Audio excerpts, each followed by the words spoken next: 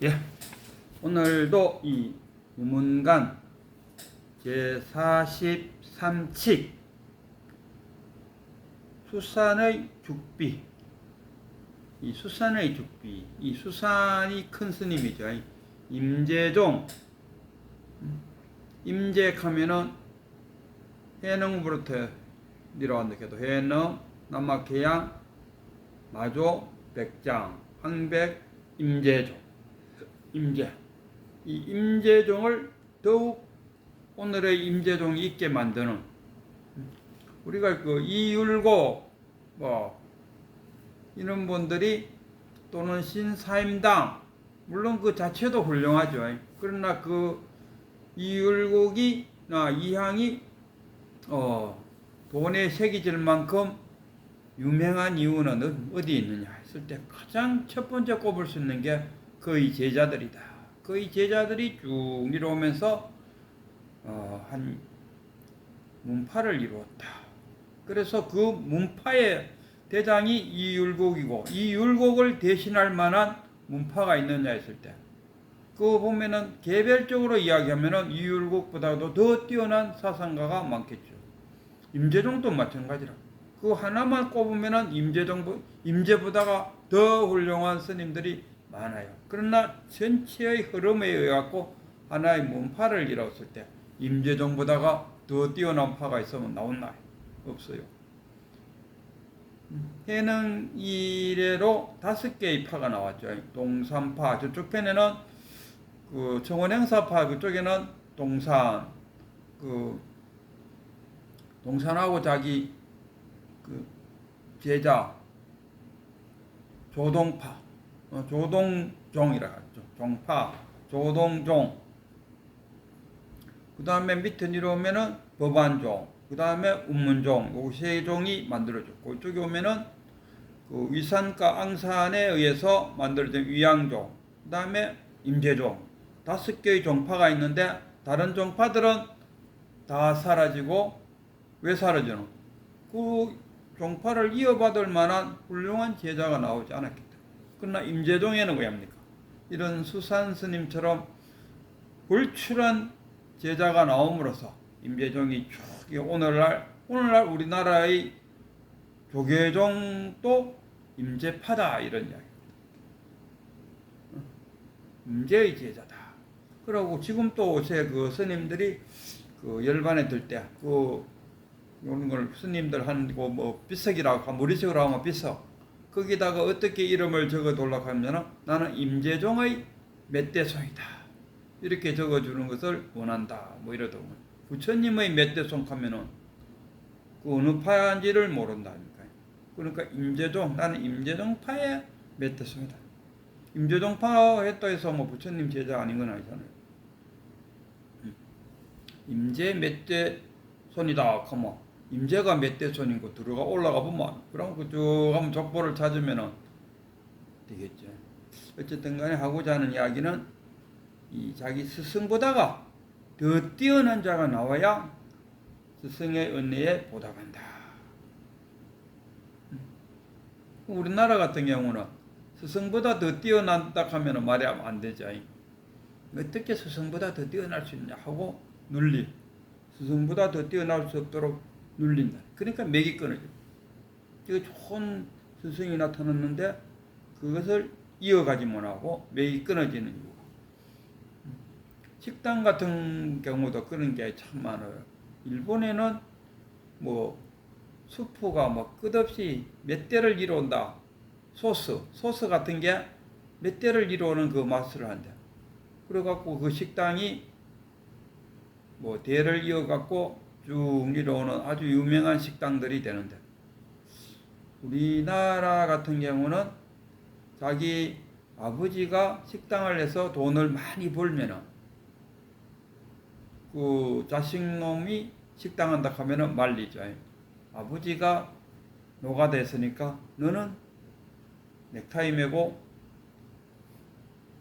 사무직에서 일해야 된다. 이렇게.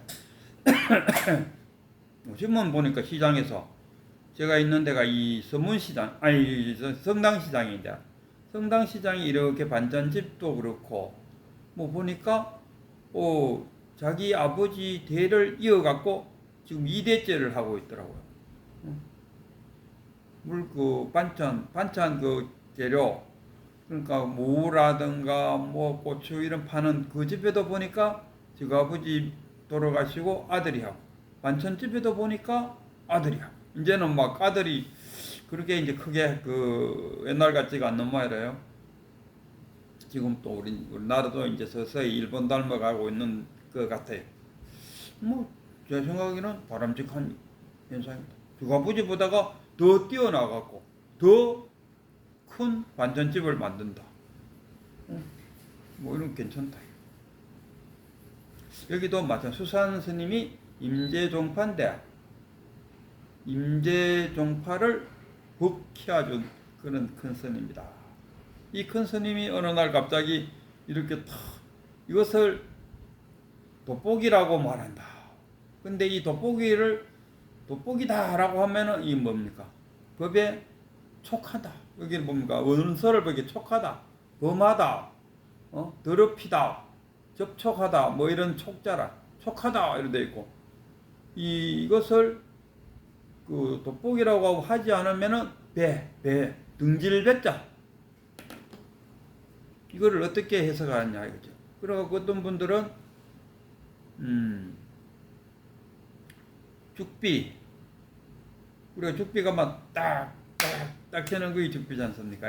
뭐 불교 공부하면서 죽비 모르는 사람이 어디 있겠나? 그 죽비를 탁 이렇게 들고 내가 이것을 죽비라고 하면은 법에 촉하고, 내가 이것을 죽비라고 하지 않으면은 등지는 것이다, 사물에 등지는 것이다, 뭐 이렇게 해석하는데, 뭐 그래 해석하나 저렇게 해석하나. 그 앞에 또 이런 거 있다. 그 위산 스님도 마찬가지야. 물병을 딱 세워놓고 내가 이것을 물병이라고 이름하였으니 그대들은 달리 이름을 한번 붙여보라. 그러니까 말에 매달리지 마라 이거지. 이것을 갖다가 돋보기라고 했다고 해서 다 모든 사람이 다 돋보기라고 하는데 굳이 내까지 돋보기라고 할 필요가 있겠느냐 이런 이야기. 그렇다고 해서 다른 사람들 다 돋보기라고 하는데 내만 돋보기라고 하면은 그거는 사회에서 공용으로 쓰고 있는 약속에 위반되는 거예요. 어찌할 거냐 이거 아닙니까? 죽비를 탁 들면서 죽비라고 불러도 안 되고 죽비라고 안 불러도 안 된다. 이럴 때 어떻게 하겠느냐 이 말 아닙니까? 용무스님도 딱 갖다 놓고 물병을 딱 세워놓고는 자기 수자한테 물어본다. 니는 그럼 뭐라고 이름 할래? 하니까 수자가 뭐 나무 물통이라 해도 안 되겠습니다. 이렇게 하고 답을 했다. 그런데 그 밑에 위산이 와갖고는 그 물통을 발로 확 걷어 차보고 바깥으로 휙 나가버렸어. 이거하고 똑같은 이야기입니다. 어떻게 할 거냐 이거.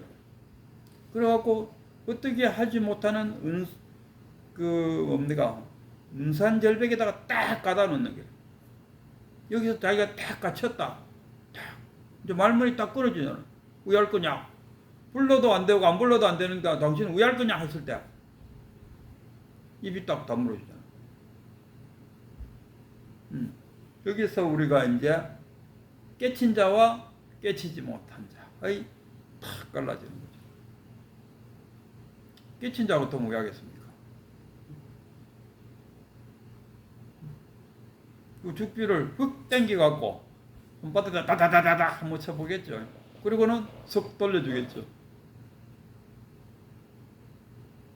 그걸 깨치지 못한 자도 왜 합니까? 깨치지 못한 자도 똑같이 다다다다다 속 빼서 다다다다 치고는 속 갖다 줘요.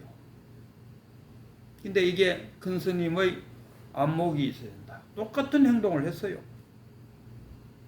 옛날에 그 백장이 마조를 찾아갔어요. 백장이 마조를 떡 찾아가니까 마조가 이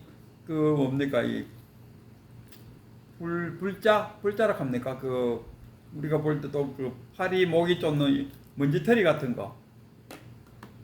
그리고 마조가 백장이 뭘 질문하니까 마조가 그거를 저 걸어놨던 걸 툭 빼갖고 와서 이렇게 보여줬어요. 그러고 나서 마조가 그럼 나는 그렇게 한다고 하고 그러면 백장리는 그러면 너희 제자들에게 어떻게 가르쳐야겠느냐 하니까 마조가 한 행동을 그대로 하는 길 가서 글자를 들고 와서 마조가 하듯이 하고는 도로 또 탁 걸어놓고는 딱 앉는 거야. 그때 마조가 벼락같이 으악!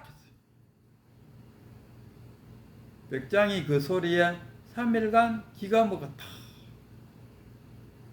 그래갖고 나중에 그 백장의 제자 항백이가 나그 마조 만나러 왔는데 마조는 이미 죽었어 하니까 그래요? 그렇다면은 그 백장님께서는 어떻게 해서 그 마조 스님으로부터 깨치게 되었습니까? 하니까 이 이야기를 들려줬어요.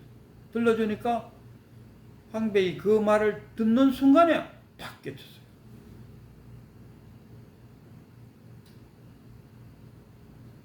우리가 동시졸탁이란 말, 동시졸탁. 안에서 뺑아리가 나오려고 빼악빼악하고 바깥에서 어미가 그걸 딱 쪼아줄 때 뺑아리가 탁 나. 이 졸탁이라. 스승이 아무렇게나 법을 보여준다 해서 그 제자가 알아듣지를 못해요. 이거야 돼. 익었을 때. 참 그 깨달음을 잘한다 해서 어떤 큰 스님한테 스님이 가서 3년 동안 시봉을 했는데도 말 한마디 없는 거예요. 아니 스님 내가 3년 동안 지극정성으로 스님을 모셨는데 뭐 아직도 못 깨치고 있는 거 보니까 나는 스님하고 인연이 없는 것 같습니다. 나는 오늘 아침 공양하고 나는 이제 그만 행각을 떠나려고 합니다. 하니까 큰 스님 하는 말. 이 사람아 내가 언제 구대에게 법문을 안 했던가? 구대가 지금처럼 따뜻한 밥을 주면 내가 맛있게 먹고 또 옷도 깨끗하게 빨아주고 갖고 늘상 단정하게 옷을 입고 있었고 저녁에는 군불 때 갖고 내가 따뜻한 방에 잘 잤는데 어찌 내가 법문을 안 했단 말인가? 딱 그 한마디에 탁 깨지. 이 큰 스님은 뭡니까? 기다리고 있었는 게라. 이놈이 내가 언제 법을 전해야 이놈이 탁 알아들을 것인가? 이거야 된다. 이걸 때까지 이 큰 스님이 기다리고 있었대요. 근데 기다리지 않고 섣불게 이야기해보면 사랑을 받고자 하는 그 마음이 간절할 때 사랑을 줄 때 그 사랑은 돋보이는데 목마르지도 않는데 자꾸 물 먹어라 하면은 그건 나중에 짜증나는 거죠. 목이 말라 죽겠는데 맛있는 떡이라고 자꾸 시루떡 먹어라 하면은 짜증난다. 차라리 시원한 물 한 잔 주면은 아주 좋죠. 그와 같이 졸탁이 돼야 됩니다. 지금까지 깨치지 못한 분들의 수행은 깊었는데도 깨치지 못한 것은 졸탁이 안 됐기 때문에 졸탁이 되는 그 한 찬스. 그리고 여기 다시 돌아오면 이 죽비를 또 보여주면서 이걸 죽비라 해도 안 되고 죽비라고 하지 않아도 안 되는 때 어떻게 말할 것이냐. 은산철벽 속에 딱 갇히는. 그리고 깨치지 못한 자는 은산철벽 속에 딱 갇혀갖고 참선 수행에 들어가는 거죠. 이 먹고가 되잖아. 그러면 탁 오직 이 먹고 하는 이 한 생각 속에 탁 잡힌다. 죽은 마음을 여기다 딱 갖두는 걸 뭡니까? 마음 챙김. 과거, 현재, 미래 떠돌아다니는 마음을 지금 여기다가 딱 갖두는 요걸 우리가 마음 챙김. 그리고 자기 마음을 딱 챙겼다는 그 자체를 보는 것. 이 마음, 알아채기. 딱 알아챘다. 내가 지금 은산철벽에 갇혀있구나. 먹이 먹고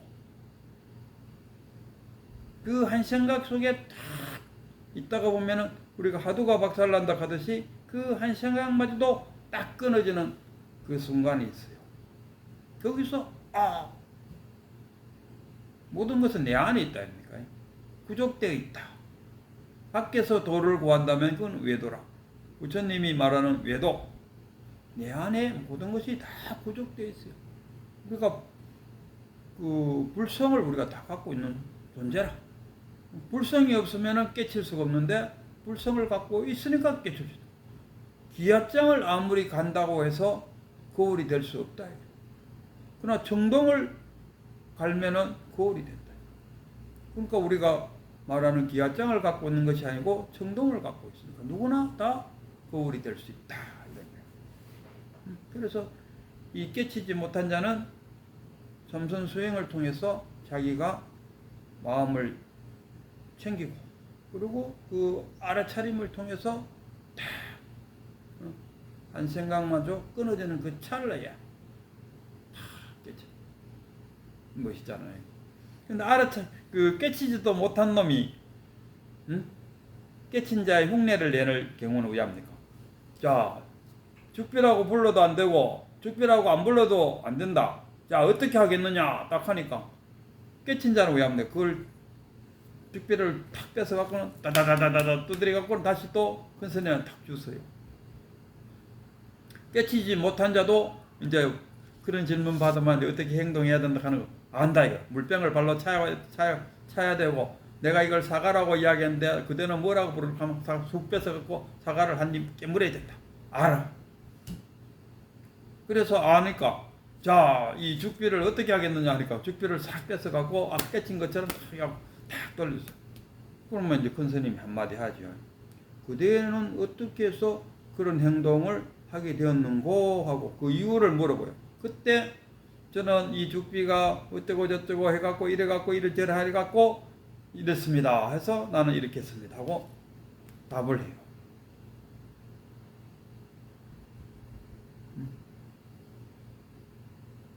그러면은 그 큰 스님은 왜 하겠습니까? 그 죽비로 그 놈의 대갈통을 한 방 때려버리죠. 왜? 흉내를 내고 있다. 만약에 이 사람이 진짜 깨쳤으면 왜 됩니까? 어떻게 해서 그런 행동을 하였는고 하면은 그냥 침묵하는 거야. 왜? 도는 말, 언어도단이라. 언어도단, 언어가 나아가는 길이 끊긴 그 자리. 근데 이 사람은 자신의 행동을 말로써 설명하고 앉았다. 한마디만 뭡니까? 개구즉착이다. 개구즉착. 개구 입만 열면은 그냥 도하고는 신만니다. 이런 이야기. 근데 그 어설픈 그놈은 행동은 깨친 자처럼 그렇게 행동했지만은 그 자신의 그렇게 한 행동을 뭘로 합니까? 말로 설명해요. 말로 설명한 거나 뭐 이거 이거 뭐냐고 했을 때 뭐라고 설명한 거나 뭐 다를 바가 뭐 있냐.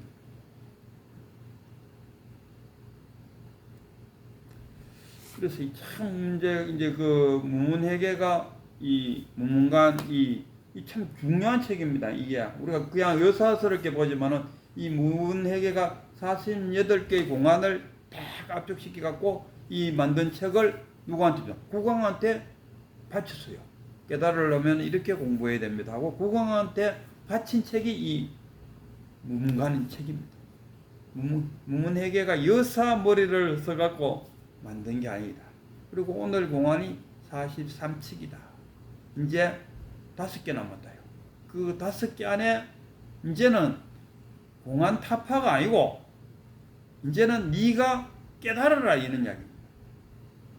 거기에다가 뒤에다가 이제 배치를 해놓은 것이 이 딱 은산철벽 속에 딱 갇히도록 지금 이야기하고 있습니다. 그대가 진짜 못 깨쳤으면 은산철벽에 딱 갇혀갖고 삼선 수행을 통해서 한번 깨쳐보라 이런 이야기.